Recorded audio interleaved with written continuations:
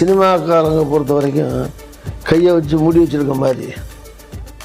நான் சொன்ன சிரஞ்சீவி சொன்னேன், சிவாஜி சொன்னேன், அமிதாப் பச்சன் கூட சொல்லலாம், நிறைய பேர் சொல்லலாம். இந்தியாவில் ஒரு தடவை கையை பிரித்து காமிச்சிட்டாங்கன்னா ஒன்றும் இல்லை, அப்புறம் அடுத்த தடவை 5 வருஷம் தாக்கு பிடிக்கிறது கஷ்டம்.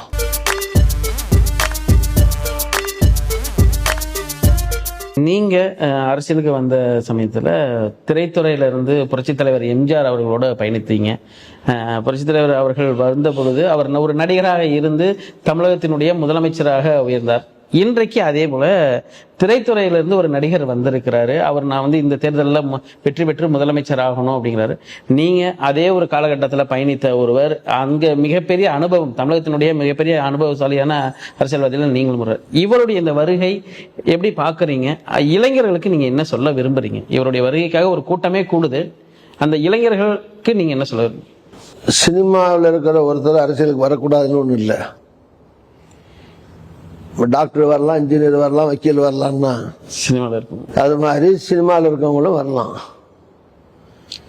சினிமாவில் அந்த முதலமைச்சருங்கிற என்னமா திரைத்துறையிலிருந்து வரவங்களுக்கு தானே அதிகமாக. அதான் அப்படி சினிமாவில் இருந்து அரசியலுக்கு வர்றவர்கள் எல்லோரும் வெற்றி பெற்றதில்லை, எல்லோரும் தோற்றுப்போவதும் இல்லை.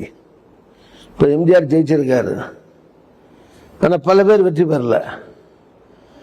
இப்போ விஜய் 40 படம் நடிச்சிருப்பாரு, சிவாஜி கணேசன் அவர்கள் 300 படம் நடிச்சிருப்பாரு. உலக அளவில் ஈடு இல்லாத நடிகர் சிவாஜி கணேசன் இல்லையா? புரட்சி எம்ஜிஆர் அவருக்குன்னு ஒரு தனி ஸ்டைலில் அவர் மக்களை கவர்ந்து வந்தார். ஆனால் சிவாஜி கணேசன் அவர்கள் தன்னுடைய உழைப்பால், கடினமான நடிப்பாற்றலால் இந்த சுதந்திர போராட்ட வீரர்கள்லாம் அன்னைக்கு கப்பலோட்டிய தமிழ்லாம் இருக்கட்டும், வீரபாண்டிய கட்டபொம்மனா இருக்கட்டும், இதெல்லாம் மக்களுடைய நினைவில் நிற்கிறது காரணம் சிவாஜி அவர்கள். முன்னாடி சிவாஜி கணேசன் தான். இல்லைன்னா யாருக்கு தெரியும்? வீரபாண்டியன் யாருக்கு, கட்டபொம்மன் யாருக்கு தெரியும்? பூலித்தேவன் யாருக்கு தெரியும்? விடுதலை போராட்ட வீரர்கள் இன்னைக்கும் இருப்பது அவருடைய படத்தில். பாரதியார் யாருக்கு தெரியும்? இவங்க எல்லாம் இதெல்லாம் சிவாஜி உயிரோட்டமாக கொண்டு மக்கள்கிட்ட பிரபல்யப்படுத்தியவர், காட்டியவர். அவரே ஒரு கட்சி ஆரம்பிச்சு தஞ்சாவூரில் அவருடைய சொந்த மாவட்டம் அது.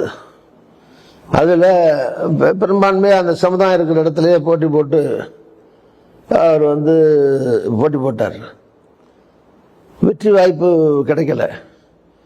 அது காரணம் அவருக்கு செல்வாக்கு இல்லைன்னு சொல்ல மாட்டேன் நான். அவருடைய கூட்டணி சரியாக அமையல. அவர் மிகப்பெரிய செல்வாக்கான நடிகர் தான் அவர், அதில் சந்தேகமே கிடையாது. புகழ்மிக்க நடிகர், மக்கள் நேசிக்கக்கூடிய ஒரு நடிகர் தான் அவர். ஆனால் அவர் போட்ட அலையன்ஸ் தோக்குற ஜானகியம்மாவோட போட்டார். அந்த அலையன்ஸில் ஜானகியம்மாவே தோற்று போயிட்டாங்க. அவர் அப்படி ஜெயிக்க முடியும்? இப்போ ஒருவேளை ஜெயலலிதாட போட்டிருந்தாருன்னா நாங்கள்லாம் ஜெயிக்கிற போது அவரும் ஜெயிச்சு வந்திருப்பார் இல்லையா? ஸோ கூட்டணி அமைகிறதும் முக்கியமான விஷயம் அது. அதுக்கடுத்து தமிழ்நாட்டில் பாக்கியராஜ், டி ராஜேந்திரன், இந்த மாதிரி வரிசையாக நிறைய பேர் சொல்லலாம். இன்னொன்று ஆந்திராவில் சிரஞ்சீவி, அப்புறம் இங்கே ரஜினிகாந்த் மாதிரி, கமலஹாசன் மாதிரி, அங்கே அவர் ஒரு சூப்பர் ஸ்டார்.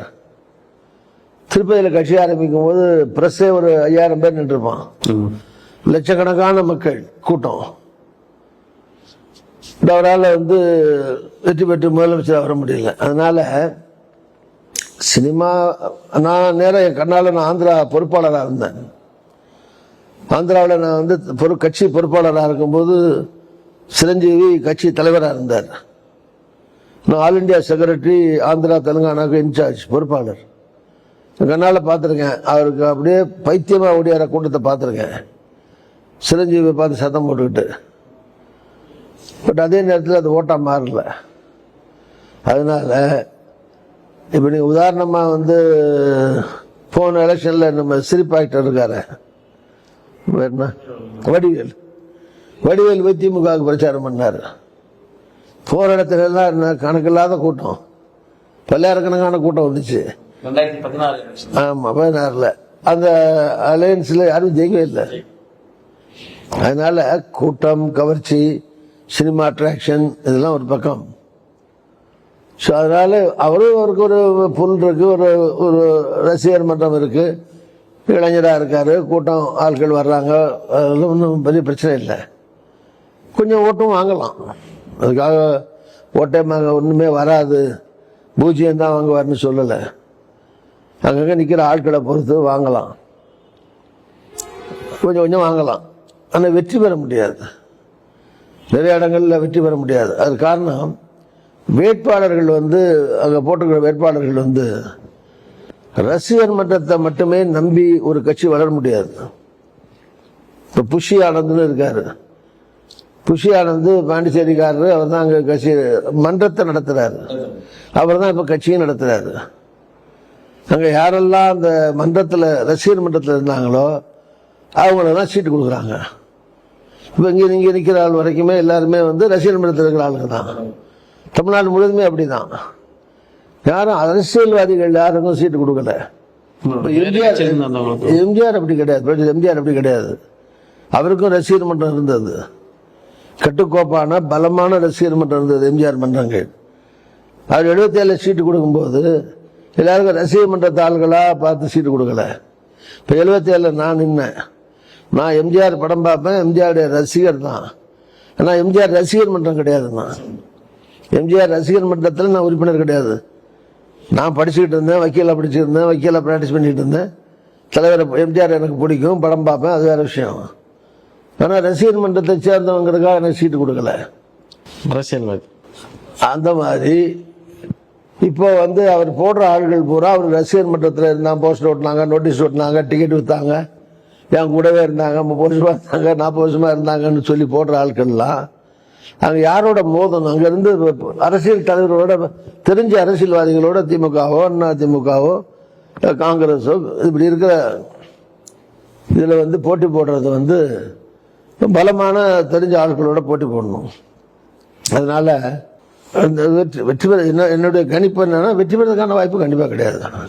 அப்புறம் தோல்வி வந்துருச்சுன்னா சினிமாக்காரங்க பொறுத்த வரைக்கும் கையை வச்சு மூடி வச்சிருக்க மாதிரி. நான் சொன்ன சிரஞ்சீவி சொன்னேன், சிவாஜி சொன்னேன், அமிதாப் பச்சன் கூட சொல்லலாம், நிறைய பேர் சொல்லலாம். இந்தியாவில் ஒரு தடவை கையை விரிச்சு காமிச்சிட்டாங்கன்னா ஒன்றும் இல்லை, அப்புறம் அடுத்த தடவை 5 வருஷம் தாக்கு பிடிக்கிறது கஷ்டம். ஒரே அடியில் வந்தால் தான் உண்டு. எடுத்த உடனே முதலமைச்சராக வந்துட்டா தான் அவங்களுக்கு வாய்ப்பு இருக்கு. இப்போ புரட்சியர் எம்ஜிஆரே 77 கரணம் தப்புனா மரணம் மாதிரி, புரட்சியர் எம்ஜிஆரே 77 முதலமைச்சராக வராமல் மிஸ் ஆகியிருந்தாருன்னா அடுத்த 5 வருஷத்தில் கலைஞர் அவரை க்ளோஸ் பண்ணியிருப்பாரு. அடுத்த 5 வருஷம் கழிச்சு அவர் வந்திருக்க முடியாது. ஆனால் அவர் வந்துட்டார், முதலமைச்சராக வந்துட்டார். அதனால தொடர்ந்து 3 இதாக வந்தார். அந்த எம்ஜிஆர் அவர்கள் வந்தது போன்ற வாய்ப்பு இப்போ தமிழகத்தில் ஒரு எம்ஜிஆர் தான் இருக்க முடியும், ஒரு சூரியன், ஒரு சந்திரன். அது மாதிரி ஒரு எம்ஜிஆர் தான். சினிமாவில் இருக்கிற எல்லாரும் எம்ஜிஆர் இல்லை, எல்லாரும் சிவாஜி இல்லை.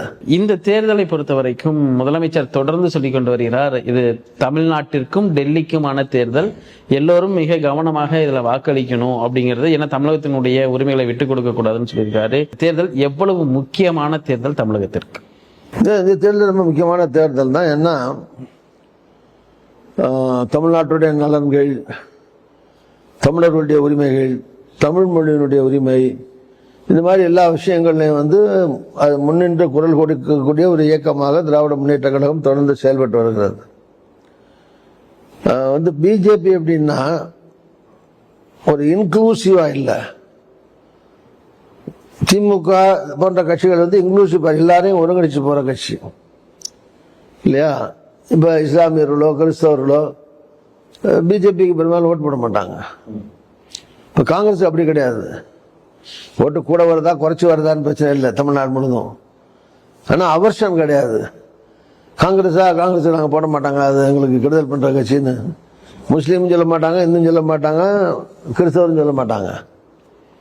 எல்லாரையும் உள்ளடக்கிய ஒரு கட்சியாக இருக்கிறது காங்கிரஸ். அது மாதிரி தான் திமுகவும். இந்த சட்டமன்ற தேர்தல்ங்கிறது மிக முக்கியமான தேர்தல். முக்கியமான தேர்தல் மட்டுமில்லை, நான் சொன்ன மாதிரி ஒரு பலமான கூட்டணியோடு தேர்தலை சந்திக்கிற தேர்தல்.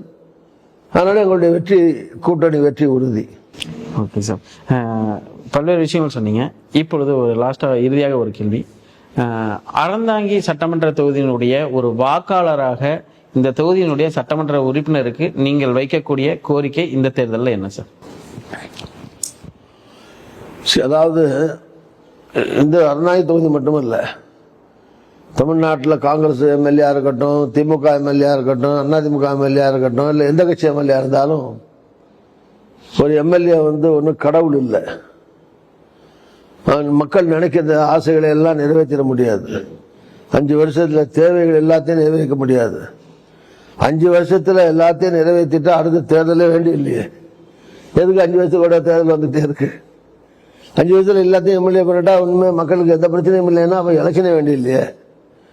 5 வருஷத்துக்குள்ள நிதி ஆதாரங்கள் இப்போ எம்எல்ஏ கொடுக்குற ஃபண்டை வச்சு இலாக்காக்கள் மூலமா கிடைக்கிற வேலைகளை வச்சுக்கிட்டு 10 ரோடு கேட்பாங்க, 2 ரோடு நடந்திருக்கும், 4 பாலம் இருக்கும், 2 பாலம் நடந்திருக்கும், பள்ளிக்கூடம் கேட்டிருப்பாங்க, 2 பள்ளிக்கூடம் வந்திருக்கும், ரேஷன் கடை கேட்டிருப்பாங்க, 4 கேட்டிருப்பாங்க, 2 வந்திருக்கும், சத்துணவு கூடம், பஸ் ஸ்டாண்டு, இந்த மாதிரி சின்ன சின்ன வேலைகள் வந்து கேட்டதில் 1, 2, 4 விட்டு போயிருக்கும்.